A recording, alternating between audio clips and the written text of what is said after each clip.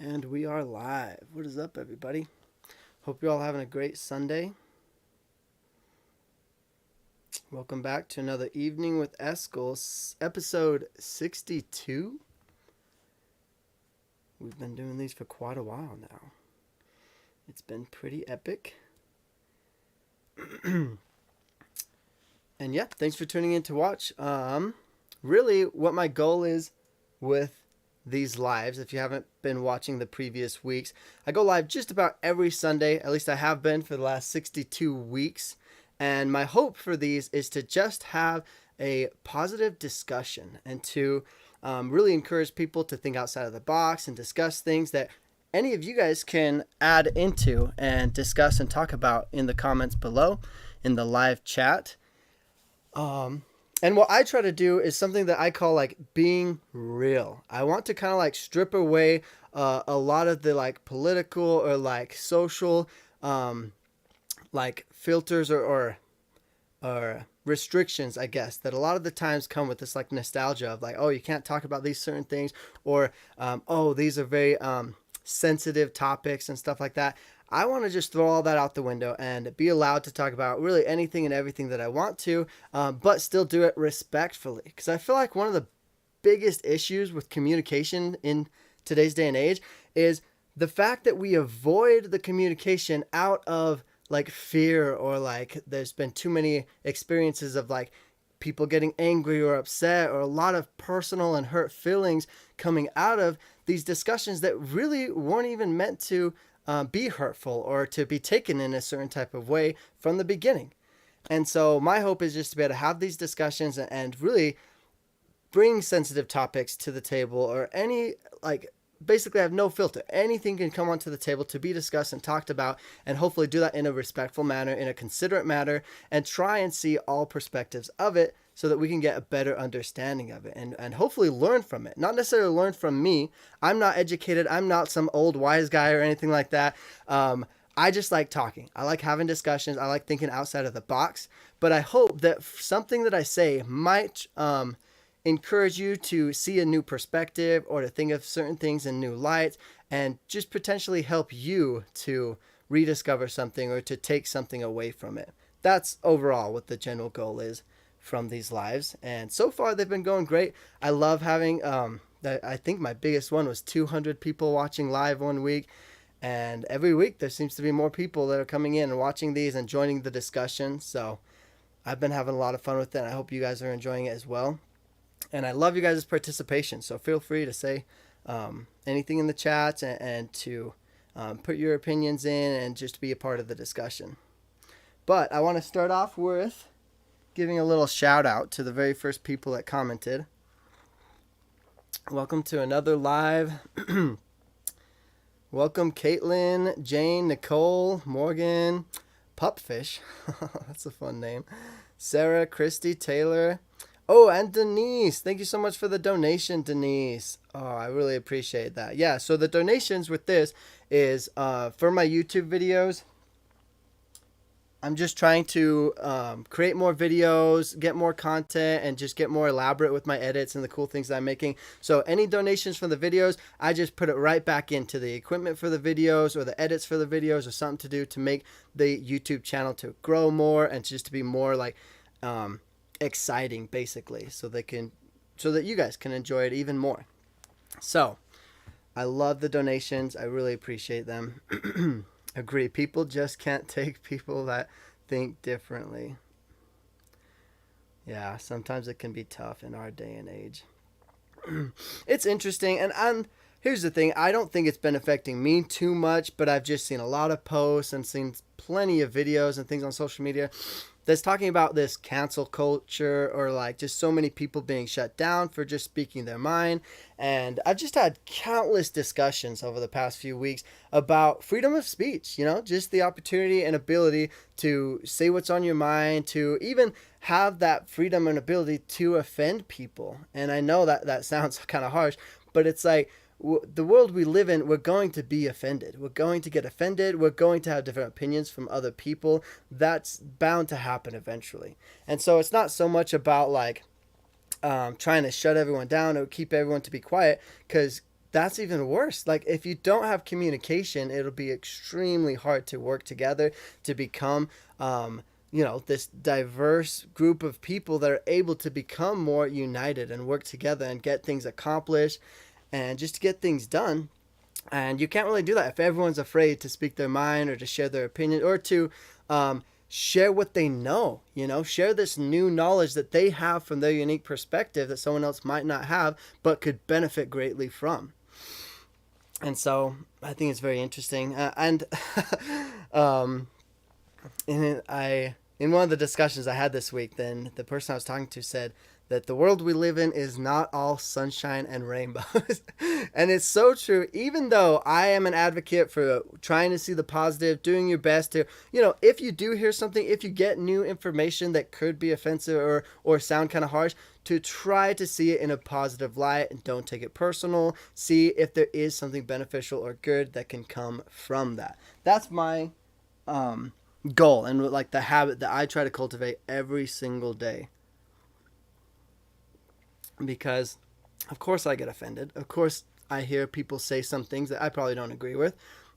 But I think it's important to, separate yourself from the situation. And hopefully by doing so, you're able to question it more like thoroughly and from a perspective that's not just out of anger or like, oh, I just don't like it, so I'm going to find everything that's wrong with it or something like that, I think it can be a lot more beneficial to take your time and to step back and try and see the full picture or the full reasoning. Try and understand why someone's perspective is the way that it is. Because I think a lot of us we do think and have similar mindsets a lot more than we would probably think when we first are around certain people. But yeah, we're a lot more like, what's that saying? We are way more similar than we are different in a lot of ways. And I think that's very true. If we just took the time to get to know one another, we would come to see the truth in that, I believe. But that's another thing. My beliefs, my understanding is constantly changing and evolving. And so I don't like to put things out there and say that, oh, I know that this is for sure a fact. This is 100%. Or like, everyone should think this way. Because it's like, I love it when I learn enough of something that it completely changes my mindset. That's why the whole nature versus nurture thing, man, I kid you not, I've probably gone back and forth multiple times on that topic just from hearing someone else's viewpoint or learning new things about, biology, about the human evolution process and stuff like that. And to me, that's fun. That's something I enjoy. And I don't see anything wrong with learning and having new beliefs and new ideas or new understandings of life. I think that's a big part of what life is meant to be, why we're down here learning and experimenting and experiencing life and all that, I enjoy it. Let's see what you guys are saying here. Thank you so much, Nicole. Nicole says, I enjoy listening to you as always. Thanks. I'm glad. Puffish are extremely rare fish. I am studying. Okay, nice. So that's where your name comes from. Then he says, did you get your Korean snack box from the P.O. box yet? Ooh, I did not. I'll have to go check that out tonight or tomorrow, I think. Monday is usually when they're open. I can go get that tomorrow. And then it'll be here in time for my Wednesday Patreon live. I've been going live on Patreon every single Wednesday pretty consistently now. Now before it changed a lot, but now I've been really consistent on that. So maybe I can open up that package and try out all the Korean snacks. That'll be fun. Hello and welcome everyone. Made it in. Hello Eskel. Welcome. Awesome. Sweet. Looks like we got a lot of people. This is awesome. Great. Well, I hope you guys will add into the discussion because I have a few things planned out to talk about today. But really what I love about these lives is just being able to go with the flow and see what kind of like discussions are happening in the comments and what part of, whatever we're talking about is really fascinating or interesting to you guys. So definitely if you want to join in and if you have interesting topics to talk about, like feel free to put them in the chat below. If you've been watching a lot of my videos, then you probably know a lot of it is discussions about like the cult that I grew up in or different, like really any restrictive or like environment that like tries to control people or stops people from reaching their full potential. That's a big part of what I like to talk about on here, just because I personally have had a lot of experience from it. And from creating this YouTube platform, I've found so many people that have had similar experiences, and it just means the world to us to be able to break free from bad habits or toxic people, or just find ways to really truly become our true selves. And so that's one thing that I definitely want to talk about today. In particular, a few things that I don't know what you would call these. I guess if it's just like sayings or things that the people live by, I guess. But like the group that I came from, they have these like golden rule standards and like ABC order standards and things like that. And I remember just one of the things that really stood out to me was the fact that they would talk about how they don't want the outside world or anyone that's not in the cult or the religious group that they're in to know about them, basically. And I remember, like, all my life growing up, it seemed like it was just as simple as that. It was just like, okay, it's like this sacred spiritual thing, like outsiders won't understand it or something, or like they just don't want other people to know about what their religious beliefs are, how they live their lives, and things like that. But as I got older, and especially now stepping out of the cult and not being around that secretive environment and just with all of those same people, I look back on it and I question more of why so much of the secrecy, right? And one thing that really stood out to me was the fact that they made a website now, because they like preach so hard. They're like, oh, our church doesn't have social media. We don't advertise ourselves. We don't send out missionaries, all this and that, because it's like, we don't want people to know what we're doing. And then they go and create a website.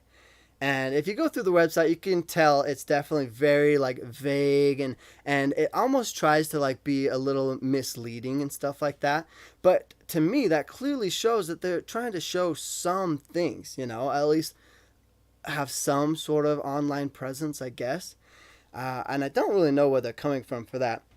But I wanted to like kind of like pick someone's brain. So I talked to someone that is still currently in the order, and was just kind of like asking them about the secrecy and why I couldn't, like, for example, interview the prophet of the group and try and have a discussion with him, and why would he be so against that. And they always go back to this idea, I guess, of, well, we don't want to go to jail. Like, they all know that, living polygamy is somewhat illegal. But the funny thing is about that is that none of them are in jail. And like, well, sorry, so there's probably some members that are in jail, but they don't go to jail for practicing polygamy here in Utah. As crazy as that seems, it's illegal, but they won't actually like go and like put you into jail without like extreme amounts of evidence. And I believe that there has to even be more than just the plural marriage itself, because if you think about it, the plural marriage that they perform, it's not anything. It's just, them getting together. They have one of the preachers just say that they're married, have this spiritual ceremony anyways.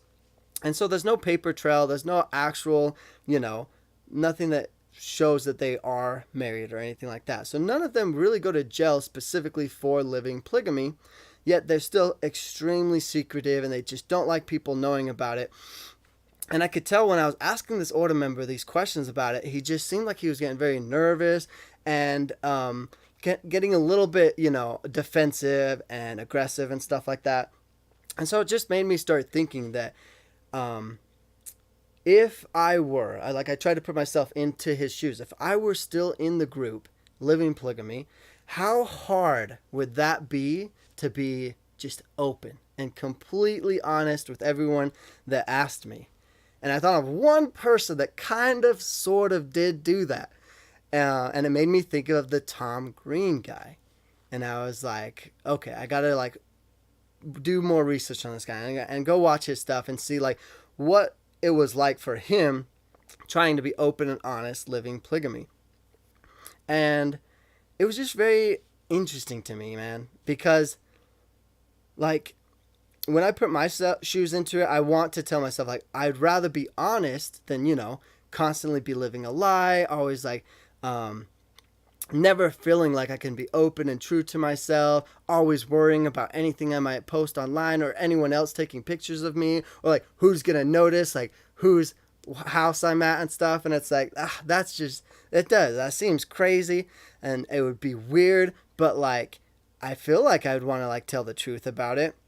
But then I think about the fact that there's favoritism, right? And then there's like child abuse, and there's a lot of neglect, and there's a lot of these kind of like, I don't want to call them side effects, but a lot of things that come with these people living polygamy. And I start thinking that those things seem like they would be even the more of the, I guess, embarrassing or like harder things to come be open about and to be true about, right?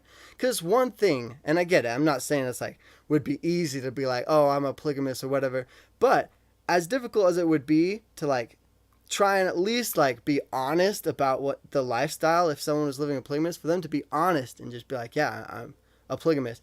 And that to me seems like it would be less hard than having to be open and honest about how you live your life as a polygamist, how you divide up your time between the women, how you have so many kids that it's nearly impossible to take care of them, how your relationships actually are with the kids, if you even have any relationship at all with your kids.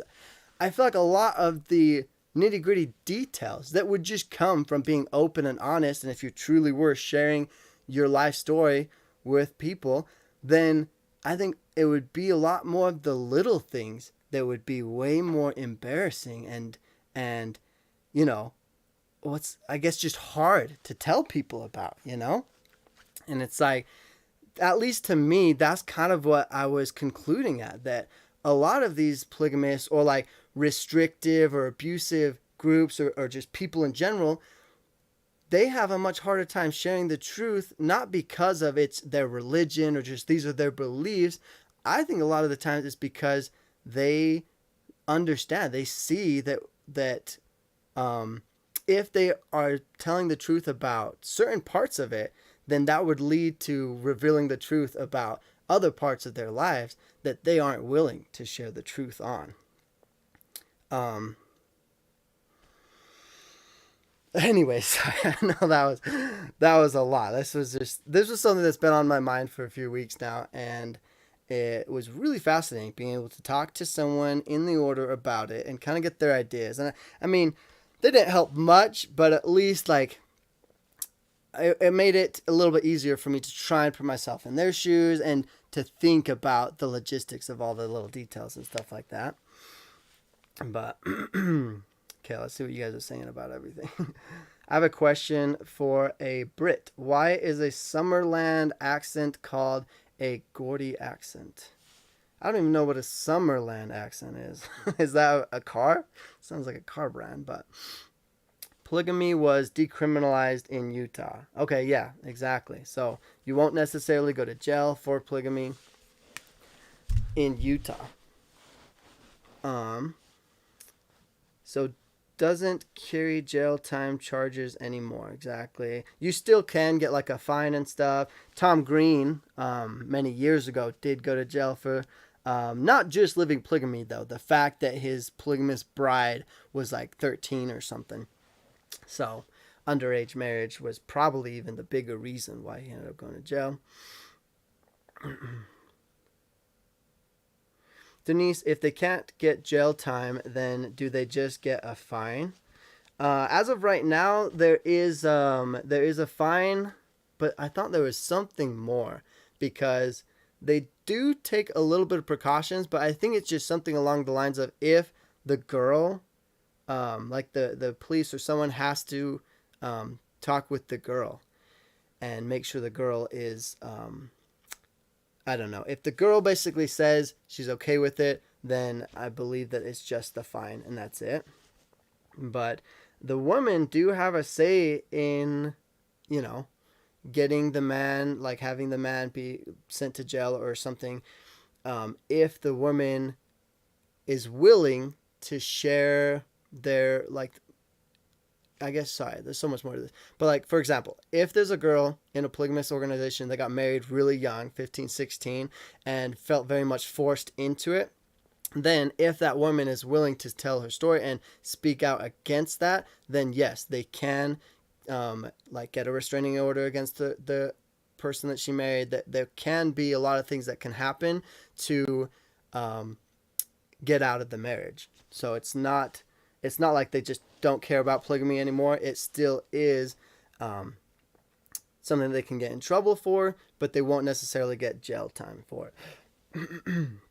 Hey, we got another donation. Thank you so much, Mary, or Flinker Mary. She says, what topic did I miss? Well, probably mostly just my intro.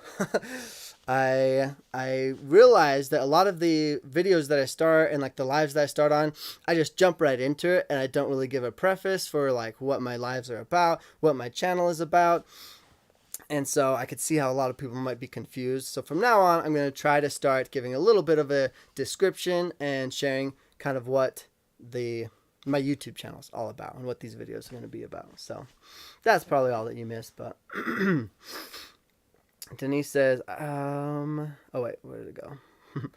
One doesn't like to tell the truth if the truth is you are a 40-year-old adult having sex with your 13-year-old adoptive daughter. See, exactly. Yeah. See, I feel like there's oftentimes a lot more. That's why I think it would be so good if the Order or the FLDS or any polygamous organization at all, or just restrictive controlling organization, if they would just be open and true and like be willing to share their stuff, there would be so much more than just, the surface of, oh, we live polygamy. Because, if you go and talk to an Order member, I'm sure with FLDS or other polygamous groups as well, they oftentimes will be like, oh, it's polygamy. Polygamy is what it's all about. Polygamy is the reason why we do what we do. Like, that's how we're going to get to heaven. Polygamy is like, they act as if polygamy is everything, the most important thing in the world, and that's why they do what they do. That's why they get persecuted. That's the reason for everything. But I feel like there's really way more things that would get them in even more trouble, or that's even more degrading or sad or like wrong of them to do than just, what they claim it is, or what they try to put the focus on, I guess. But just like that, I think it would be, as hard as I still think it would be to be like, oh, I'm a polygamist, but I think it would be way harder to be like, yeah, I just married my 5th wife and she's 12. like just having to say that out loud might actually stop some of them from doing these crazy things, Like, I just wish there could be more of a process, or like, I don't know, something that they would actually go through and question and think about what they are doing, It's crazy. Caitlin says, Tom didn't go to jail for polygamy. He went for having sexual relationships with underage girls. Exactly. Yeah. Nice. We're getting lots of comments. Thank you, guys. If there was an open, honest conversation in those details, they would have to face the impact of their actions and words. It messes with have mindset. Honesty would be the downfall entirely. Yeah, I agree. I think that's why I think open communication is so important. Because either the Order or the FLDS, these polygamous groups, they would either fall and completely be ruined and come to an end if they were completely honest. If everything that was happening within these groups was out in the open and everyone knew 100%, it would either completely become non-existent anymore, like it would fall apart, or it would be forced to change. They would not be able to continue living the lifestyles that they are living if everyone knew. Because I think a big part of why there's such dedicated members and oftentimes even some people that aren't dedicated but are still members and a part of it is because not only do they oftentimes not know what is going on behind the scenes, what kind of secrets the leaders might have, what things are being hidden or lied to them about, but they also won't, like, sometimes they won't want to even believe it or accept it themselves because it might be easier or more convenient for them to just stay or to not have to move or not to make changes. Whereas if you knew for a fact that something horrible was happening or your own cousin was doing these horrible things, I think you would be much more inclined and honestly maybe even find the motivation from having that be out in the open and from knowing that and everyone around you knowing that. Then that would hopefully help you to have whatever it is you need, whatever motivation you need, or whatever might be stopping you. Hopefully knowing that and that being out in the open would help you to actually make those steps and finally decide to, change up your life or to do something different or not to be a part of that. I just think that the secrets and the hidden things are basically making it easier for people to ignore it and just not accept the reality of the situation that they're in.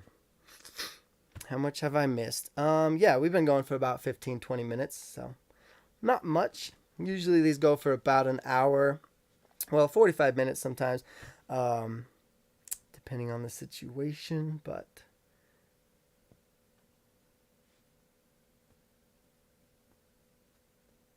Nicole says, I'm sorry, but in my eyes, 13 to 18 years are still babies. They don't need to have babies at those ages. I know, exactly.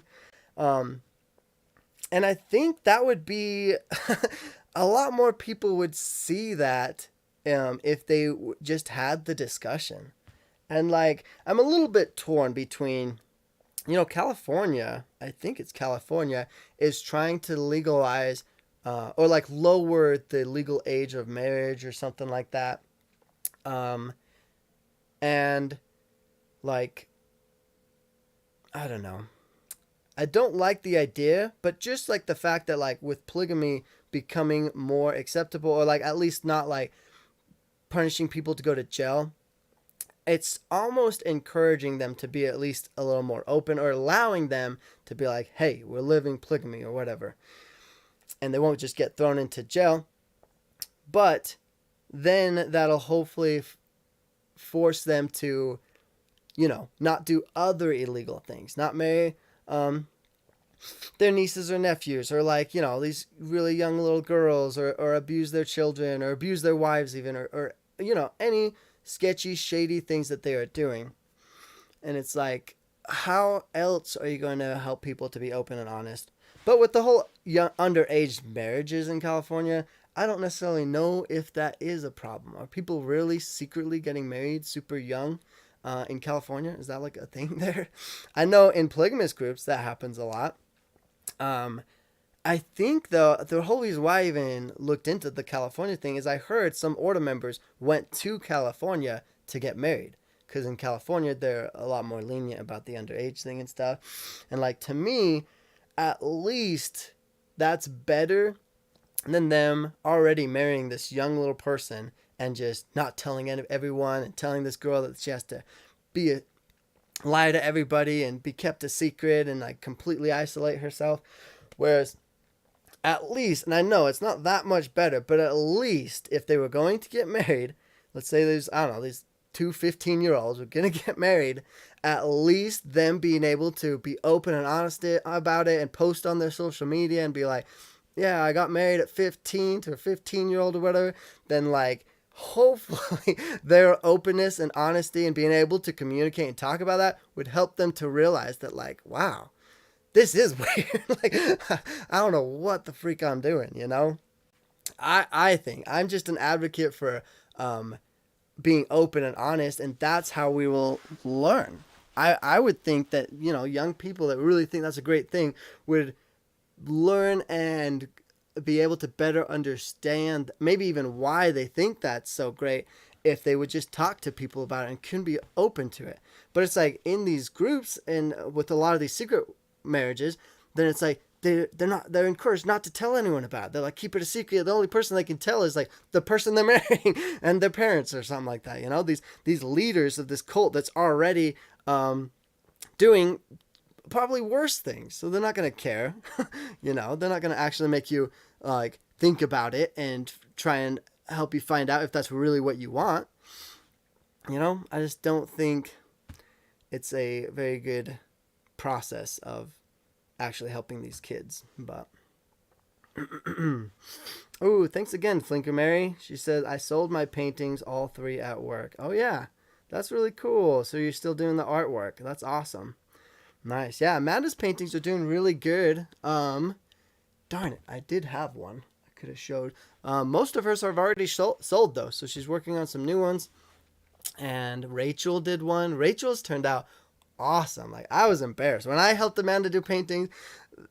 They did not turn out that great, but Rachel did amazing. I thought it looked awesome. Good job, Rachel.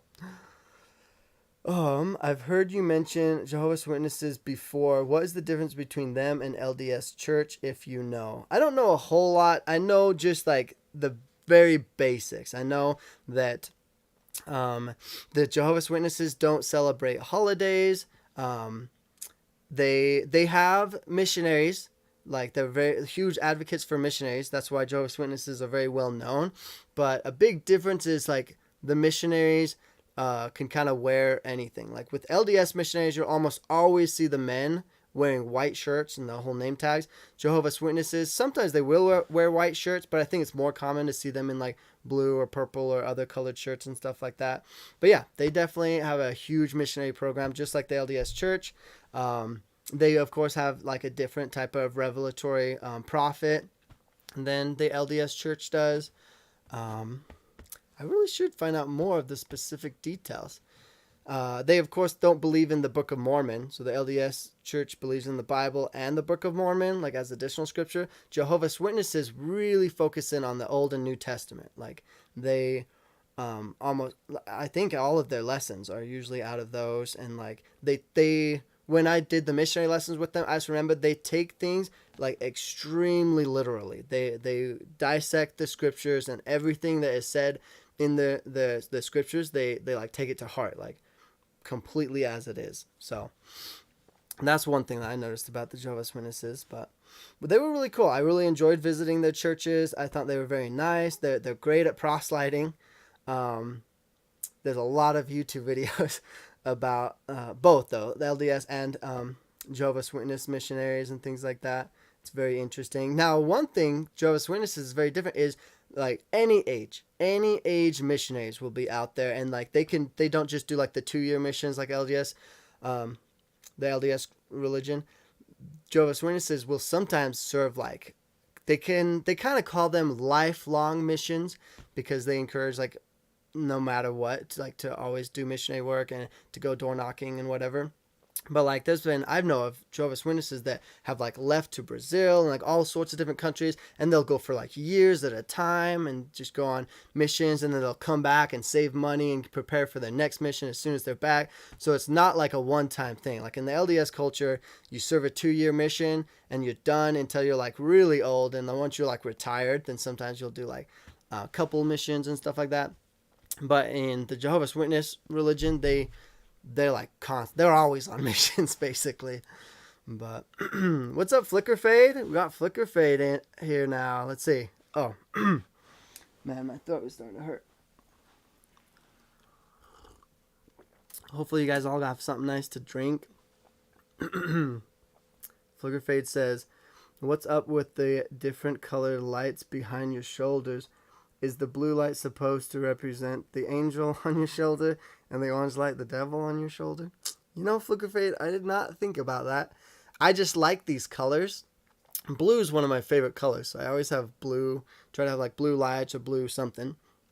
Orange, I just was told that orange goes really well with blue. Like that's one of like on the color palette or whatever. That's one of the colors that matches really well with blue. So that's why I chose these two colors. The reason why they're in the places that they are is simply because that's where they fit. Like if I don't have a stand for them, I don't have like a proper place for them to go. So I just set them on the back of my chair, and they sit pretty great right there. But glad you noticed them. I like my lights. I pretty much have them in almost all of my videos or my lives, but they're just for fun. I think they look cool. Denise, you've had that same thought? That's pretty funny. Is that what it looks like? I could put them right on my shoulders, maybe. Have them be the little shoulder angels or whatever. They're pretty simple lights, too. They're like, this is the cool thing about them. You can like interchange them. Like really, it's just an LED white light, but then I have this blue filter that goes on it. Ah. Shoot, I think I broke it. No, but see how it's just white, and then with the filter on it. Ah, that's what makes it blue. Just this little thing. But yeah, they're really small, but they're quite powerful. Like look at that. It like really can light up my whole face and everything like that. They're pretty good. I look funny just playing with the lights.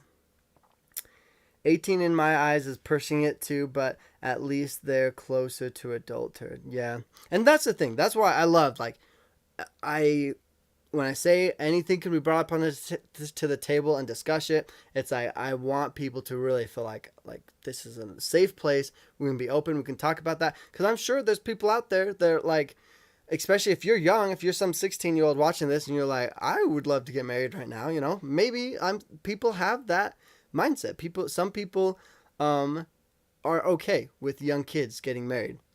And it's like, you know, there's going to be all sorts of different opinions. People grow up in different cultures, even different lifestyles, where that might be a way more of a normal thing.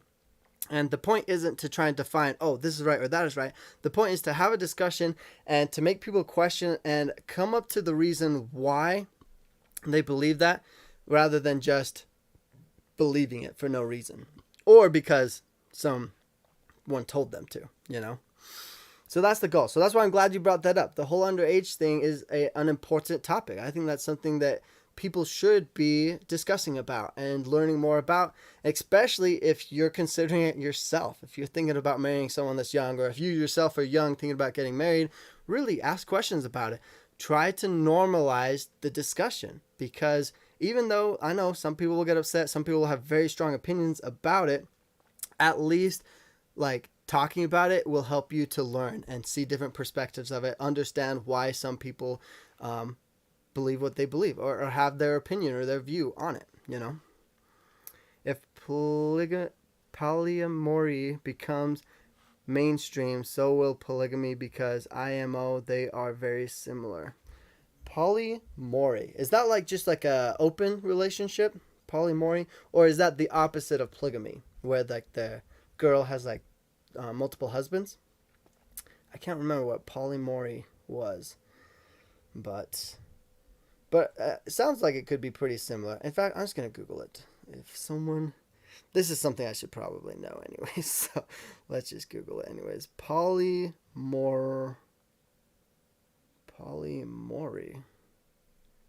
I should definitely know this.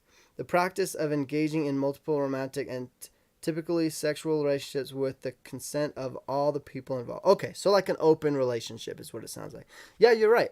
Open relationships are becoming more and more common, which is very similar to polygamy, other than the fact that, I mean, I would argue with an open relationship, everyone is somewhat more on the same page. Like there's at least more equality within it. Not just, you know, one person gets to have multiple sexual partners and the other person can't.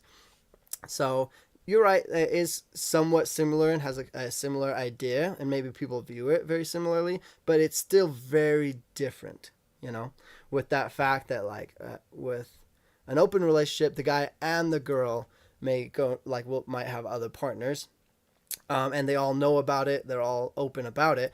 Whereas in polygamy, sure, they're somewhat open about it, I guess, but only one of them is allowed, and they have to, you know, they just have to be okay with only the guy having multiple wives, and the girl just, you know, being okay with that. LOL, looks like she has angel wings. My boyfriend was raised her father tried, oh, Jehovah's Witness, her father tried to force her to drop out of high school to get married. She had to leave home. Oh, dang, that is rough. Yeah, I wonder if it's because Jehovah's Witnesses are so common, maybe because there's like such a big group of people, that there oftentimes are some wild stories told about different family members or different people that are Jehovah's Witnesses. And maybe it has something to do with all the missions they're serving or something, but they tend to be very very strict, sometimes even forceful. I've definitely heard lots of stories about that. I just know that my the friend that I have that's Jehovah's Witness doesn't seem to be like that. And so I definitely, I have a very good relationship with my friend that's Jehovah's Witness. And I don't know. I'm sure he acknowledges that that does happen and stuff like that. And it is sad. But I would hope that's not just overall. Like, I don't think all Jehovah's Witnesses would be like that.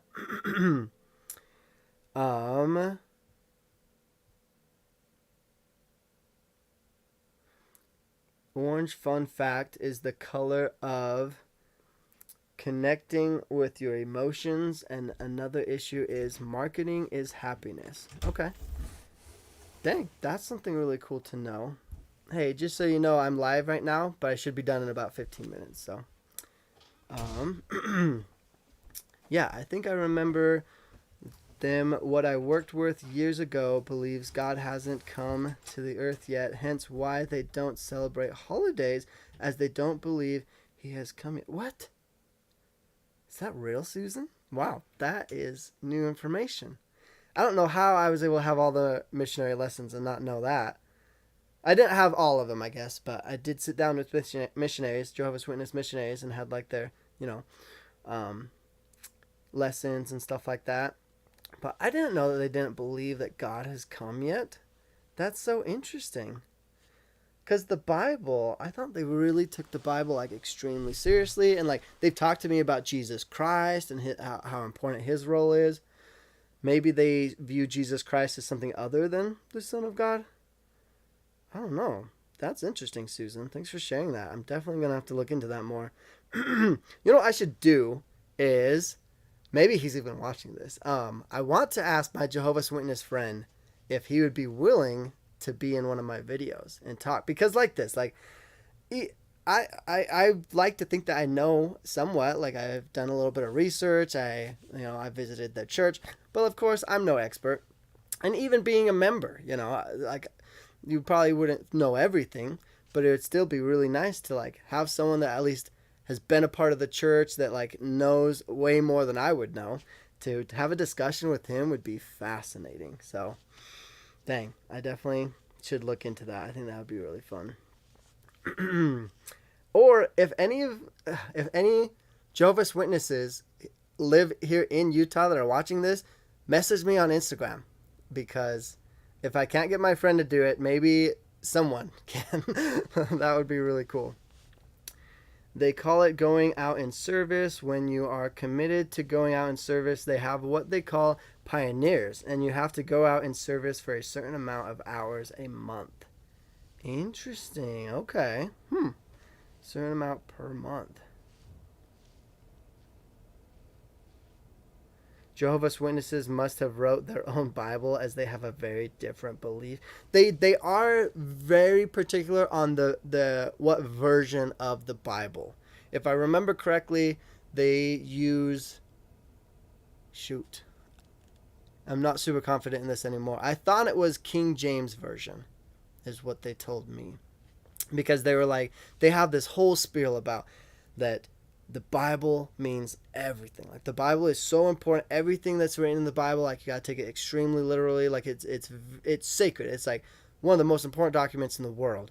And so you have to make sure you have the right version. Because you have the wrong version, you're reading tampered documentation, and it's not gonna be as meaningful and all that. Very fascinating stuff. But yeah, they definitely read the Bible, but I'm pretty sure it was the King James version of the Bible. But again, I will double check that.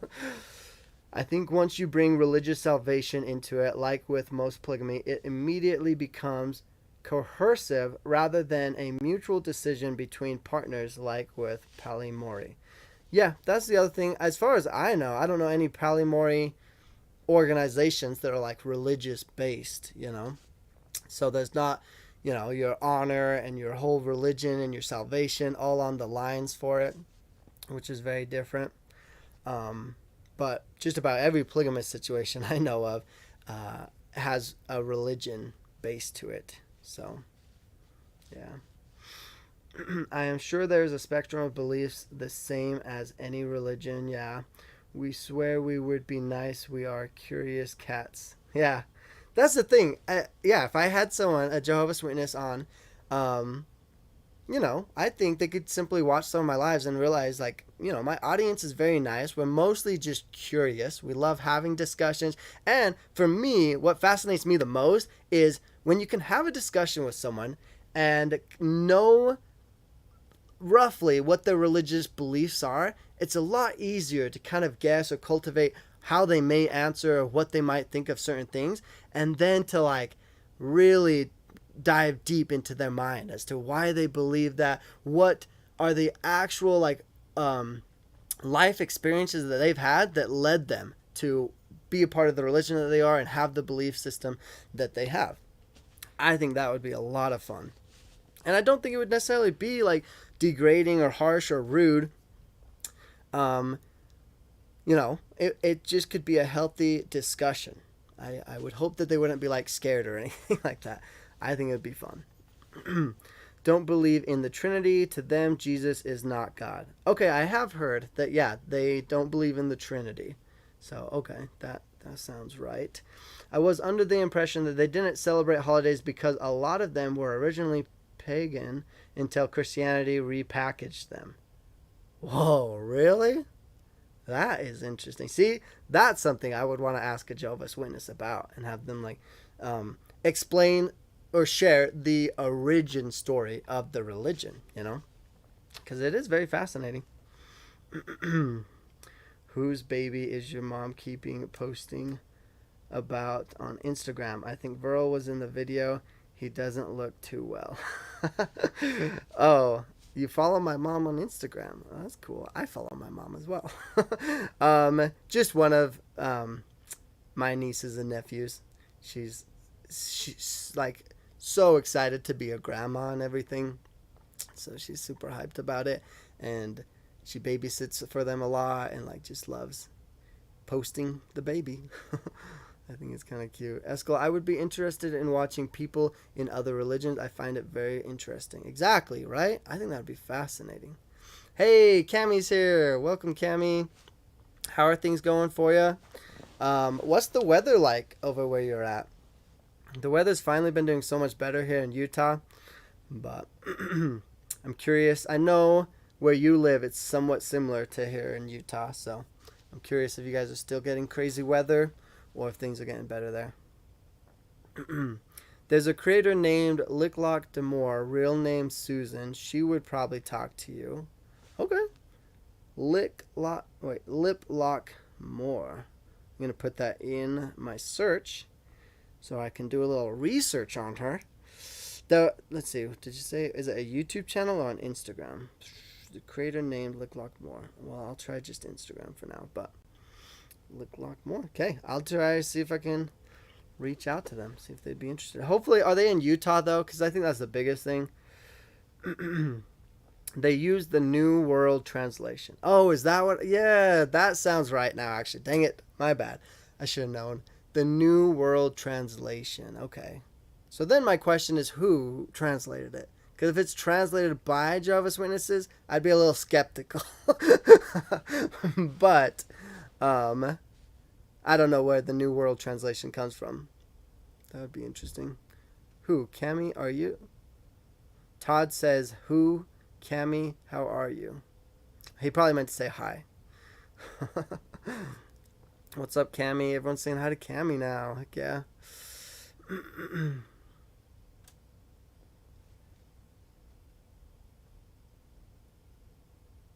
Interesting. Wow, so many great comments, you guys. This is awesome.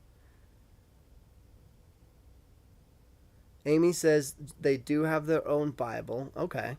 So I wonder if the New World Translation is them translating it into like their own understanding or something.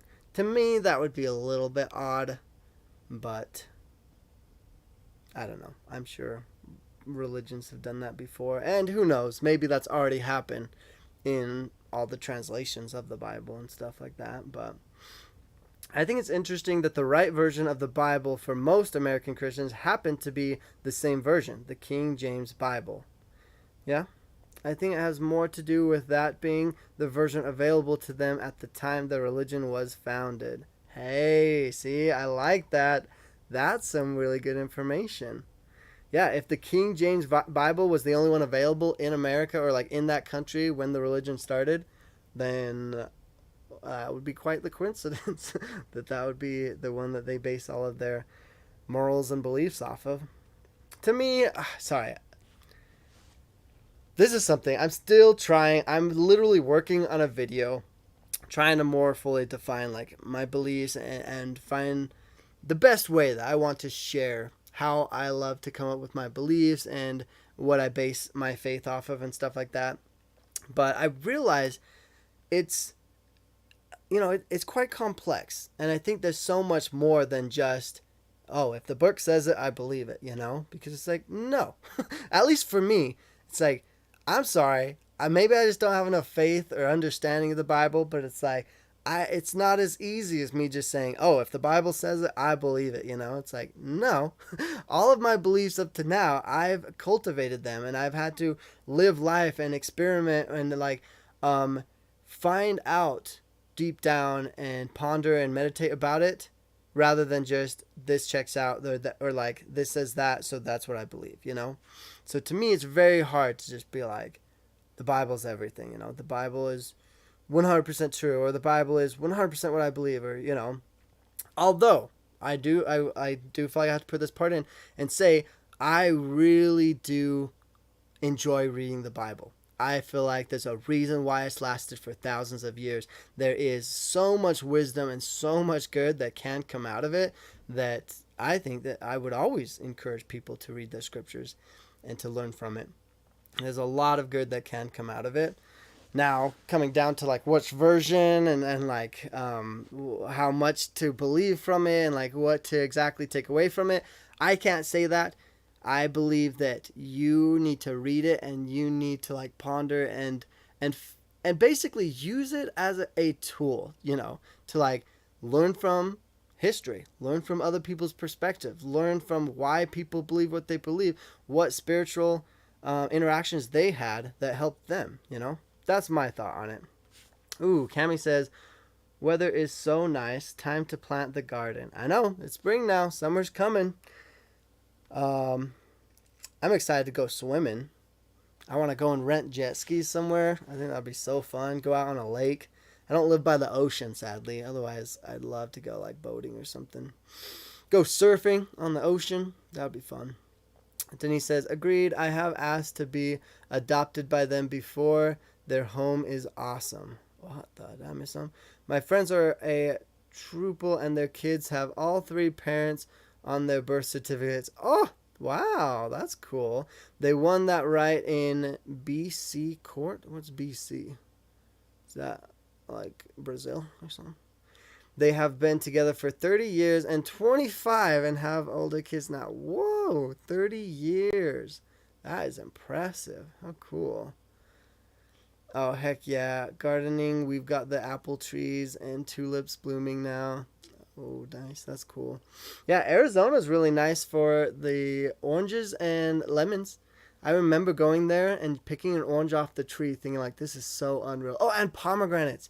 I picked a pomegranate off of I don't know if it was a tree. It looked to me more like a bush, but maybe it was a tree. I can't remember, but I picked a pomegranate off of it and I was like, wow. Because pomegranates are one of my favorite. And Arizona grows them so well and they are delicious down there. Yeah, that's a good point. Oh man, so many good points you guys are sharing. Hold on, let me Let me finish what Cammy's saying. Cammy says, an interesting concept I found about translating the Bible is understanding how the Old Testament was written at a time when language itself was not very detailed, let alone any scholars writing it. Yeah, that's a really good point. You gotta think of the time and the age, you know. They were trying very hard to make it as simple as possible. Because think, the translators themselves were probably not the most educated, or the writers. It says so in the Bible that the people writing in the Bible don't necessarily have to be the smartest people of that age. They don't have to be the most educated. Oftentimes they are not the ones that go to school, or not the scholars, you know. And so very simple texts and descriptions. And I think that's fascinating. And maybe there's meaning to that, you know? You don't have to be extremely smart. You don't have to know everything. You know? There's so, like, how would you put this? I guess, like, it doesn't have to be so complicated, you know? But Cami says, so taking it so literally may not be the best approach. Yeah, that's a good point.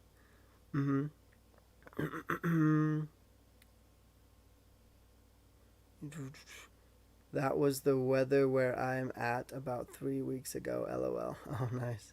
Sweet. Awesome.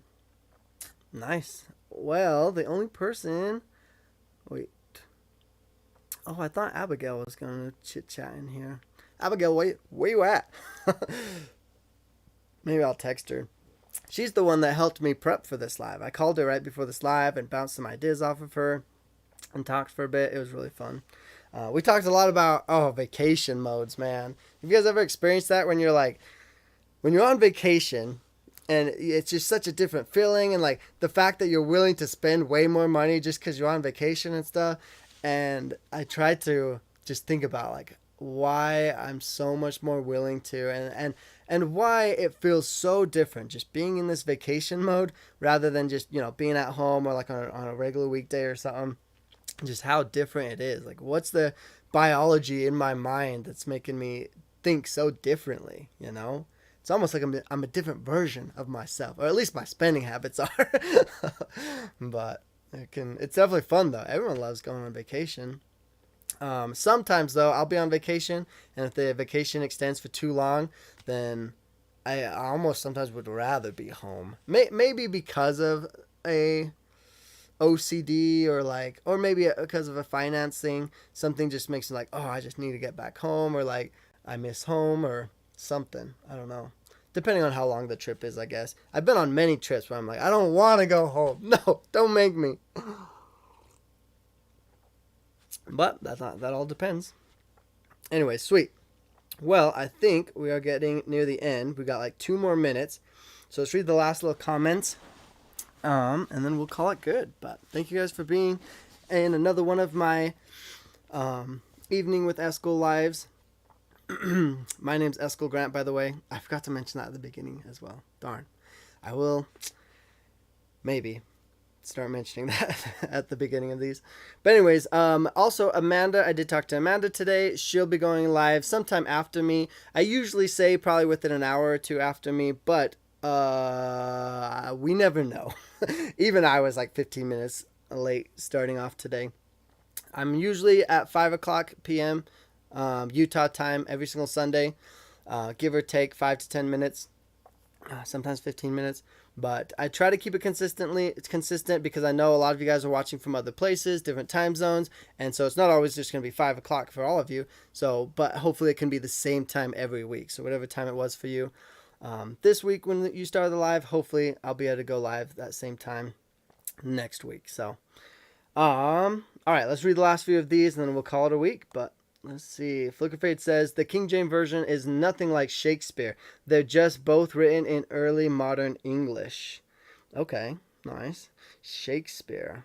I've read some of Shakespeare's stuff, and it definitely can be just as confusing as the Bible at times. Man, Shakespeare's writing is interesting. I'm always surprised that it's so... I mean, I guess some of it, I've read a few where I'm like, wow, he like came up with that way back then.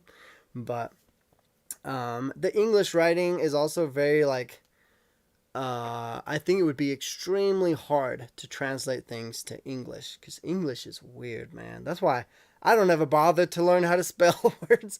I'm so bad at spelling. I'm not even going to worry about it. But yeah, the English language is strange and it would be very hard to translate anything into it, I think. But Amy says, Patricia, yes, you can study Jehovah's Witnesses with different Bibles, but they will try to get you to use their Bible. What do you mean by their Bible, though? Because, like, the Bible has been around forever. And so to have your own version of the Bible, what do you mean by that? Because they got to be taking it from one of the Bibles. You know, it's not like there's... I mean, I don't know. Yeah, just that's one thing I would definitely ask a Jehovah's Witness. What do they mean by their Bible? Because is it just what they consider it's a version of the Bible that they consider that they like using the most? Or did they literally actually write their own Bible and reinterpret everything in their own way? That's what I want to know. Casey, how did you know about that? Anyways, Denise, last comment. I was going to get you Barbados snacks. What? But it was all rum cake and hot sauce. That sounds like Barbados, but thanks, Denise. That's so nice of you. That would have been, I love Barbados. I don't know. Yeah, the hot sauces, I don't think that would be super fun. I'm done doing spicy things, but that's so nice of you, though. I'm so glad you were thinking of me. That's awesome. I'm sure the Korean snacks will be just as delicious. I'm excited to try them. The Asian packet that you got me of all the snacks from Asia, that one was so fun. I got to do that one with Amanda. That one's on my Patreon already. I haven't posted it on YouTube yet because I just haven't had time to edit it. But Patreon has the fully unfiltered, unedited video of Amanda and I trying Asian snacks and candies. So if you want to see that, go check it out. But hold on, let me just read these last few. Sweet. Last one was Japan. Oh yeah, Japan snacks. Heck yeah. Renee. Okay, yeah, let's read this last one from Renee, and then we'll probably call it good. She says, there are about 100 different Bibles. So use certain stories. Some don't.